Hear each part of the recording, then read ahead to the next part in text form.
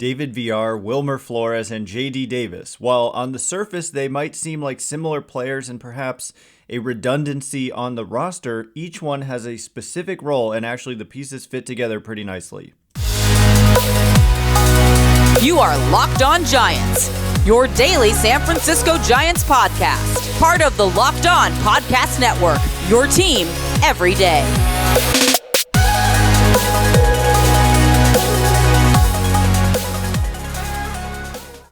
Hello and welcome to Locked On Giants, part of the Locked On Podcast Network, where it's your team every day. My name is Ben Kaspick, and on the show we provide daily episodes Monday through Friday, talking about the San Francisco Giants in a way that's data-driven and rational, but also simple, passionate, and accessible to all. I'm a former contributor for the baseball statistics and analysis websites Beyond the Box Score and Rotographs. I've been podcasting about the Giants since 2015, and I'm a lifelong fan. Thank you for making Locked On Giants your first listen every day.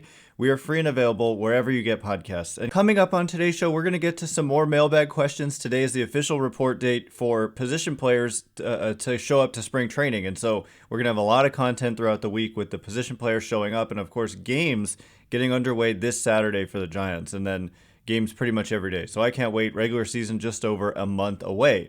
But the first question, as I was kind of alluding to there in the beginning, comes from Mike, who says, do you think one of J.D. Davis, Wilmer Flores, and David Villar could be traded if Casey Schmitt comes up and tears it up? Seems like there's a logjam of right-handed hitters who hit lefties well but struggle defensively.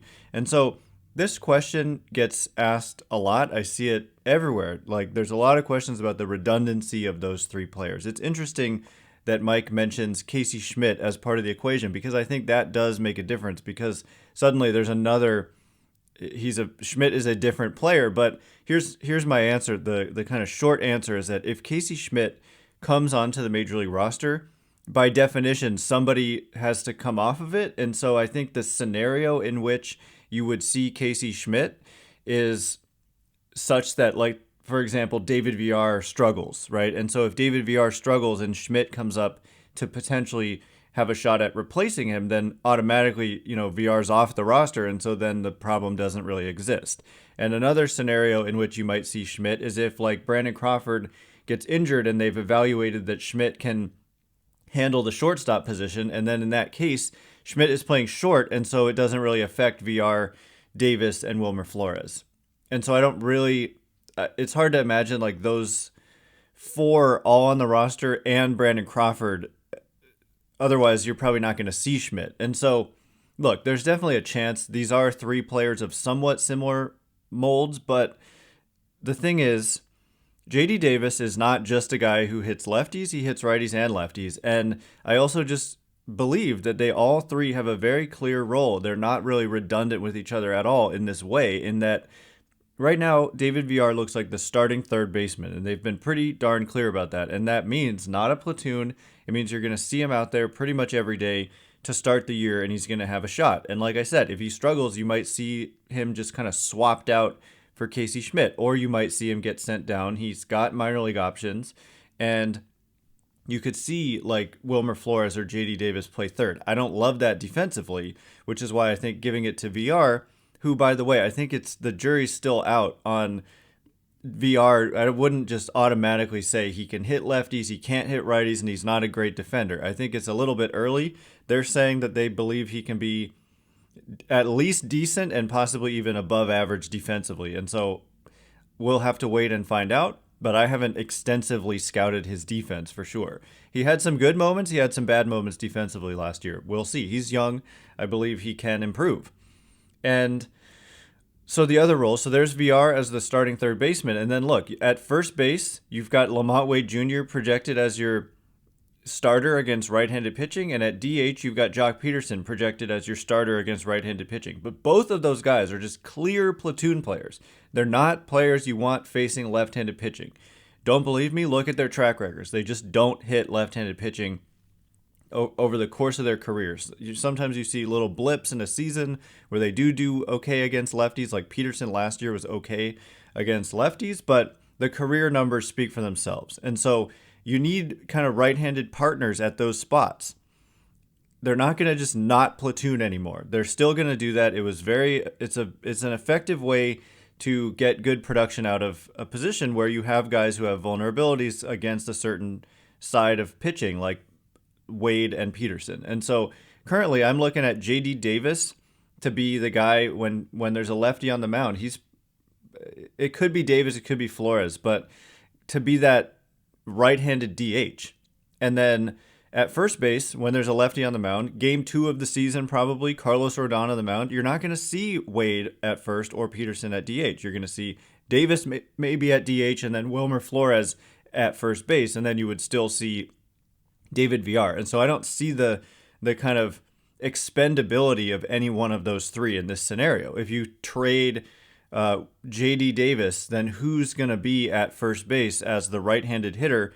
You do not want LaMonte Wade Jr. out there against a Carlos Rodon. You just don't want to do that. And so I currently view them as all having an important role right now. They are somewhat similar in a way, but also they need the three pieces because otherwise you're short a piece. And so and they can all hit. That's the other thing is like they have value too in that role. And so I kind of like that trio. Anyway, the next question coming from Aiden, who says they're going to have to trade for an infielder, right? An injury to Crawford and that infield is an all Cole glove team. And so this question kind of ties in with the previous one, but the kind of thing that I want to point out, like I said with Casey Schmitt, I think he played some shortstop last year in the minors when Marco Luciano went down, and reports are that he did well defensively. And so that could be kind of the way Casey Schmitt gets his opportunity. They're going to give him a look in spring training at short, and they could really believe that he's their. I mean, Thairo Estrada is like, of course, projects onto the major league roster, and if Crawford were to get hurt, I think Estrada is like the first line of defense, probably. But after Estrada, at this point, it honestly might be Casey Schmitt. And Schmitt is going to start the season in AAA. You want to see what he can do in the major leagues. And if Crawford were to go down, that might be the road in for Casey Schmitt. And that would allow you to keep Estrada at second if Schmitt were to play shortstop. And then it would keep, the other infielders in place, like VR and LaMonte Wade Jr. And so there's also other possibilities. Like if they don't want to go to Schmitt, say he's struggling offensively in AAA and Crawford goes down and Estrada goes to short, I don't think that you're necessarily going to just see them go to like Wilmer Flores as your starting second baseman because they've got some other guys on the 40-man roster who kind of could go to that second base position. And specifically, I'm talking about Isan Díaz and Brett Wisely. Now, for Isan Díaz, I have pointed out he has not done well defensively in his major league career. And I don't really know all that much about Brett Wisely and how he grades out defensively, but I just think, like, if Crawford goes down, this goes to my earlier point, that's a roster spot kind of cleared. And so you're going to see someone probably called up to the major leagues. I mean, definitely, right? You've got to fill that spot on the active roster. And so I think they would go to somebody, and honestly, like a Casey Schmitt probably makes the most sense to me if he's hitting decently in AAA and if they really believe he can handle shortstop. But otherwise, this is the scenario in which you might see an Isan Díaz or a Brett Wisely, and they like those guys, and I think the fans want to see some of those guys. And so at the same time, your question was, do they need to trade for a middle infielder, essentially? And it would be nice to have like just a good defender who's like optionable and we know for sure could handle those spots like shortstop. So I don't think they have to do it, but it would be nice to have. And I wouldn't be surprised if they did do it. Like Nicky Lopez, I think, of the Kansas City Royals is a guy who makes potentially some sense in that regard. But I don't know. I think they have some contingency plans in the minors in Schmitt, Wisely, and Isan Díaz. So coming up in just a minute, who is going to make this 40-man roster? Who is not currently on the 40-man, who I think is going to make the 40-man? I've got quite a few guys who I think are a pretty strong possibility to do that, and we'll get into it in just a minute. But before we do, this episode is brought to you by FanDuel, the midway point of the NBA season is here, and now is the perfect time to download FanDuel, America's #1 sportsbook, because new customers get a no-sweat first bet up to $1,000. That's bonus bets back if your first bet doesn't win. Just download the sportsbook app, FanDuel Sportsbook app. It's safe, secure, and super easy to use, and you can bet on everything from the money line to point scores to threes drained. I'm currently looking at NBA odds. I was just checking out the NBA championship odds. The Warriors at plus 1,900, which has implied odds of 5%. I compared that to what 538.com is saying, and they have the Warriors as 5% probability, as a 5% probability to win the championship. So just interesting there. It does align, and that's something you can check out. You can also look at their upcoming game against the Lakers. So you can do everything there. FanDuel lets you combine bets even for a chance at a bigger payout with a same-game parlay. And don't miss your chance to get your no-sweat first bet up to $1,000 back in bonus bets when you go to FanDuel.com/lockedon. That's FanDuel.com/lockedon to learn more. Make every moment more with FanDuel, official sports betting partner of the NBA. All right, as promised, we are going to get to some more mailbag questions. Guys who are not currently on the 40-man roster, there's some exciting ones, like guys who are kind of obvious players who you figure at some point this year are going to get added to that 40-man. Thanks again for making Locked On Giants your first listen every day. Locked On MLB Prospects host Lindsey Crosby is a prospect encyclopedia, and he's going deep on the MLB stars of tomorrow. Recently talked about the Giants prospects, who we're going to talk about in just a second. It's free and available wherever you get podcasts. So, the next question comes from, who does it come from? Katie, who says, who do you see inside the organization cracking the 40-man roster MLB this season? Also, do you see them adding guys throughout the season from other clubs, or maybe adding more in their own system? So, yes, sadly in some ways, because I know people tire of it, I do see them continuing to add guys.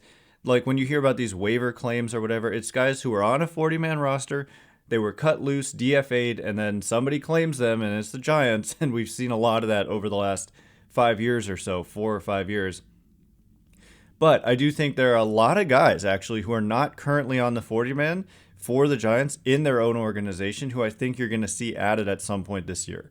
And the three most likely or obvious, or just most exciting, I guess, and some are likely, are Kyle Harrison, RJ Dabovich, and Casey Schmitt. And then the other two I've got written down here are Austin Wynns and Donovan Walton. And so I'll kind of walk through each of those five. So Kyle Harrison, what else can be said about him? He's a top pitching prospect by many metrics, evaluators considered the top left-handed pitching prospect in the game. And he's in Major League camp.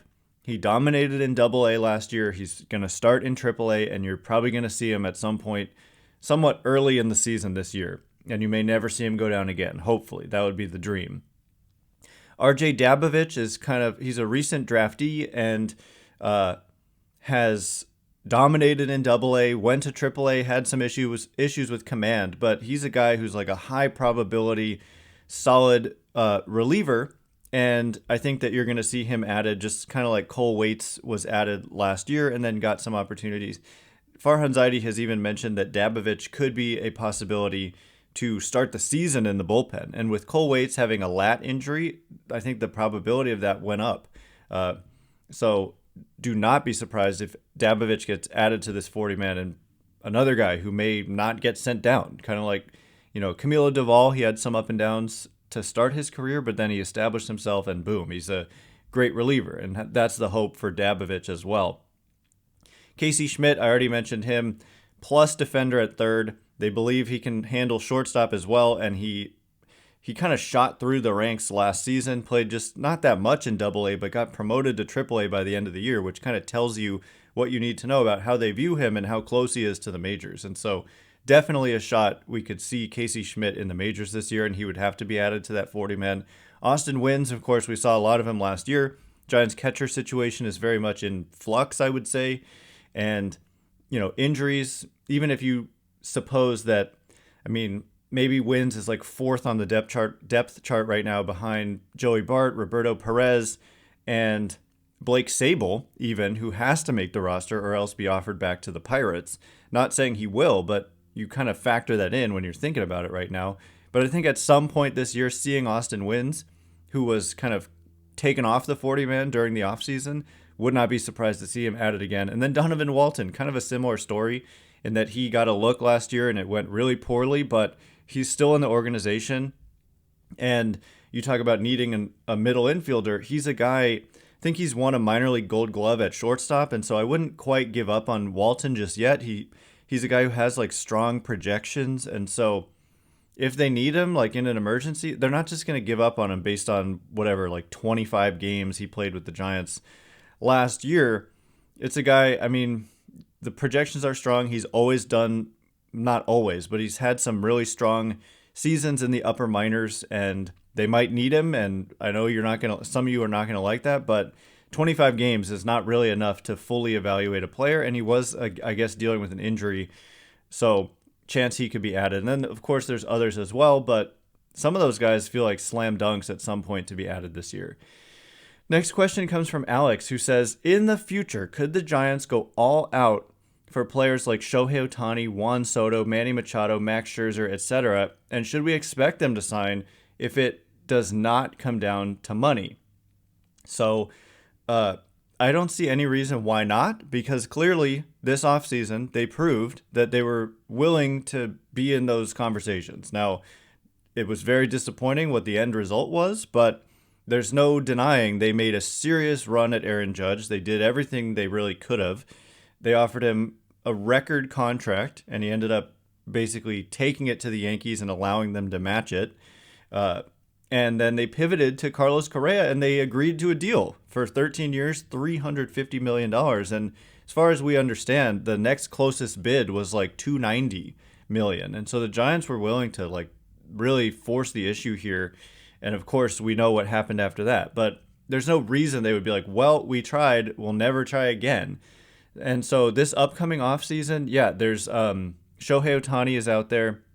Manny Machado has made it clear he intends to opt out. And so I have just mentioned that I'm skeptical about whether they're really going to just do everything to get Ohtani because of the fact that we've seen them shy away from long-term deals for pitchers. And he's half a pitcher. And so the fact that they won't go 6 years for Rodon, they won't go 5 years for Gausman, are they really going to go 12 years for a guy who's half his value or even more arguably comes from being a pitcher? And so I'm not saying I don't want Ohtani or that I wouldn't, I'm not advising on what they should do. I'm simply saying I'm skeptical about if he's going to be the guy. But there's so much star talent, arguably the biggest star in the game. Like, I also wouldn't be shocked if he was the guy they went after. But Manny Machado, I mean, just a stud third baseman, a little bit older. He's going to be, I think, 31, but so was Judge. But also, Judge, grew up a Giants fan, so I'm kind of skeptical about Ohtani or Machado next offseason, and those are the top guys. But then the year after that, there's Juan Soto, but there's no Giants connection there either. And also the defense, you want to talk about bad defense. He was a bad defender last year, and so I want to see, can he rebound defensively, or is he just a great bat but not anything in the field and maybe a DH, even though he's in his mid-20s. And so, anyway, I think they'll continue to pursue top talent and hopefully come away with a guy at some point. But, I mean, Carlos Correa was kind of a rare bird in that he was 28 years old? He's going to be 28 this year, I think. And so he was young. And when they went after Bryce Harper, he was going to be 26 years old in year one of his deal. And so but Judge was a little bit older, like I said, but he had those Giants connections, and it was just such a special season that he just came off of, that he's arguably the top player in the game right now. And so I think if you see these, big pursuits and hundreds of millions of dollars being offered, the Giants will do it, but only for like the elite talent. But the guys you mentioned, Soto, Machado, Ohtani, those are elite talents, and so I would not be shocked if they continue to pursue those guys. I'm not promising you're saying, would you expect them to sign if it does not come down to money? I think it has to come down to money. Unless they really just want to play for you, which none of these guys I see the Giants, none of them like grew up a Giants fan and it's a lifelong dream. It's going to have to come down to you make the best offer. And that's what they did with Correa. It was the best offer. And so anyway, coming up in just a minute, who's going to be the surprise breakout candidate on the 2023 signing, and what is the Giants' best signing of the offseason? We'll get into it in just a minute. But before we do, this episode is brought to you by Built Bar. Are you looking for a delicious treat, but you don't want all the fat and calories? You've got to try a Built Bar. We just got through the holidays, and I know my goal is to eat a little bit healthier, and Built makes that possible. You're able to get that candy bar flavor that you're craving without having to feel guilty about it. In a typical bar, we're talking about just 130 calories, 4 grams of sugar, and a whopping 17 grams of protein. Truly incredible when we're talking about some of these delicious flavors. I mean, they're all delicious, but just hear me out on some of these names even. They make my mouth water. You can go to Walmart today, by the way, walk to the pharmacy section and grab yourself a box of Built Bars. You can pick up a 4-bar box with flavors like cookies and cream, double chocolate, or coconut puffs, or you can go to Sam's Club and grab a 13-bar box with our hit flavors brownie batter and churro. You can thank me later. All right, as promised, we are going to get to some more mailbag questions. The next one coming from Bay Area Champ, who says, position player-wise, who do you think will be the surprise find or breakout candidate this year?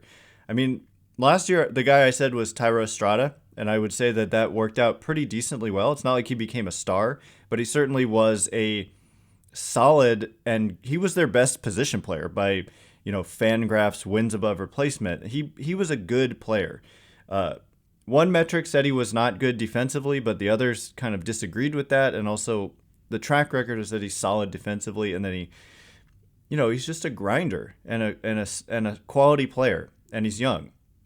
And so this year, I think the obvious guy is David Villar. Do we count last year? Like, is he a guy who hasn't broken out yet? I think so, because it was a small sample. And so there's a chance. Villar just becomes a good major league player, but we don't know yet. And then the other guy after that, I think Casey Schmitt, just because of the floor of defense. Meaning, I mentioned this recently, but Matt Duffy, in that great rookie season that he had with the Giants, he didn't hit all that well. He was just a little above average offensively, but he was so good defensively that the total package of Matt Duffy in that season, he didn't go on to be a great player. Kind of bounces around now and no power really to speak of, and hasn't really become what we hoped he could be at that time. But that great season he had was fueled by just being a plus defender at third base and hitting okay. A little bit better than okay. And I think for Schmidt, if he can just do that, just hit okay and be a great defender at third, then there's real potential there. And of course, if the bat becomes a little bit more than that, then it's a star. And so I'm not saying, yes, Casey Schmitt will be a star, but I'm saying I like the probability of Casey Schmitt having success in the major leagues because of that floor of defense, and it's something the Giants need. And you've got two guys there at third, in Villar and Schmitt, and then, of course, the other two in Davis and Flores. So there's a lot of kind of layers of depth here, and I like the probability of at least one of those two young guys kind of having success. I'm not saying it's a sure thing, but when you've got two of them, the odds go up a little bit. And then beyond that, Kyle Harrison, it's not really a surprise find. I guess Brett Wisely might surprise some people. Isan Díaz would surprise some people. How about Donovan Walton? That's like people don't want to hear that, but what if he had a nice season? It's happened before. You look at the track records of a lot of good players, and a lot of times they struggle in their first little while in the major leagues and then go on to have success later. Look at Max Muncy on the Oakland A's. Look at the numbers for Muncy before he joined the Dodgers, and you'll see a guy who people would have been upset about giving him an opportunity. And so Farhan Zaidi was the guy who brought Muncy to the Dodgers and gave him an opportunity. And so, yeah, Kyle Harrison, RJ Dabovich, kind of the guys I've already mentioned, Casey Schmitt, David Villar. Those are the guys I'll go with. Kevin says, best offseason signing. And I got a similar question to this recently, and my follow-up question was, do you mean on the Giants or do you mean in Major League Baseball? So I'm assuming you mean on the Giants, and the answer I gave the other day was Mitch Haniger. And what I liked about Haniger was that he's had some really good seasons. It's a 2-year deal before there's an opt-out, and so the fans get at least 2 guaranteed years of Mitch Haniger. Grew up a Giants fan, wants to be here, and what I really like is that he's an everyday player. He's got really good numbers against lefties, but he's also got really good numbers against righties, so you're not going to see him platooned. That's the answer I gave before, but I kind of was in a, I was debating whether to go with Haniger or Michael Conforto, and so today I'm going to go Conforto. I think that both of these signings are solid and interesting, and for Conforto, I think there's possibly even more upside than there is with Mitch Haniger, although they both actually have a pretty similar amount of upside. But for Conforto, he's just had some monster seasons, especially with the bat. I mean, I recently talked about this, but if we look at 2017 through 2020, it's a 4-season sample. Of course, 2020, not really a full season, but it's a 2,000-ish plate appearance sample, 467 games. The dude had a 133 weighted runs created plus and kind of graded out as an above average and positive defender in the corners, like way above average. If we look at 14.9 Fangraphs wins above replacement over that span, if we do 1,959 plate appearances and then multiply that on a per 600 plate appearance basis, it's 4.6 wins above replacement per 600 plate appearances, which is basically a full season. So the average player, average kind of everyday player, is going to give you about 2 wins above replacement in a full season. And for Conforto, he averaged over this period 4.6, so more than twice as valuable as the average player. And he's only 29. He turns 30 on March 1st, so it's not like he's old at all. And he's coming off, he had a down 2021 and then had shoulder surgery, but he was a really good player. And so there's a somewhat decent chance that he kind of rebounds into that form. He's not like 37 years old, he's 29 right now, and he's motivated. He's got this opt-out after year 1, and so if he can have one of those seasons, he could be the latest guy to kind of come to the Giants and rebuild value in a major way, which we should not take that for granted. It is much better to have that than to be a team that signs guys who then go on to stink, which happens. Like, you look at plenty of signings, they just like stink, and that is an actual bad situation, whereas you're bringing in guys like Gausman and Rodon, who go on to just like 10 times greater value after coming to the Giants. It's just kind of incredible what the Giants have been able to do with a lot of these guys. And players around the league see it, and they want to come play for you and get better. And yes, you might say, and then hit the open market and leave. For starting pitchers, maybe that's a trend. Not maybe. It has been a trend. But we haven't really seen that for position players in terms of it being a trend. I have said this. I wouldn't be shocked if Conforto has a good year that he's actually a guy that they do try to bring back. West Coast guy, grew up in Oregon or Seattle. I think Seattle area. And I don't know. It's probably a decent fit for him here. And so we'll see. I wouldn't just rule out the possibility of a long-term deal for Conforto if he has a nice year.